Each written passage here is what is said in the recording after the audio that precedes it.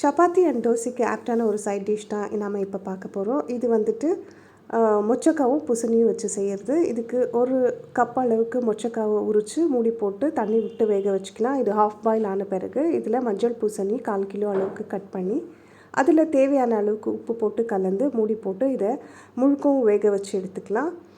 இது வெந்த பிறகு இதை வந்துட்டு ஒரு தனியான பாத்திரத்தில் எடுத்து வச்சுட்டு அடுத்ததாக ஒரு பாத்திரத்தில் எண்ணெய் காஞ்சதும் அதில் வந்துட்டு கடுகு போட்டு அது வெடிச்சதும் சீரகம் ஆட் பண்ணி 2 பெரிய வெங்காயம், கருவேப்பிலை, ஒரு 6 பச்சை மிளகாய் இதில் ஆட் பண்ணி 2 சிட்டிகை உப்பு போட்டு இதை நல்லா வதக்கி விடலாம். இது நல்லா வதங்கி வந்ததும் இதில் ஒரு 2 பெரிய தக்காளியை கட் பண்ணி போட்டுட்டு ஒரு 1/4 டீஸ்பூன் அளவுக்கு மஞ்சள் தூள் போட்டு இது நல்லா மஷியாக வர வரைக்கும் இதை நல்லா வதக்கிட்டு இதில் ஏற்கனவே வேக வச்சுருக்க பூசணிக்காய் மொச்சக்காவை கலந்து இதை ஒரு 30 செகண்ட் சிம்மில் வேக வச்சு எடுத்தோம்னா சூப்பராக இருக்கும். கூடவே பொடியை நறுக்கின மல்லி இலையை தூவி எடுத்தோம்னா செமையாக இருக்கும்.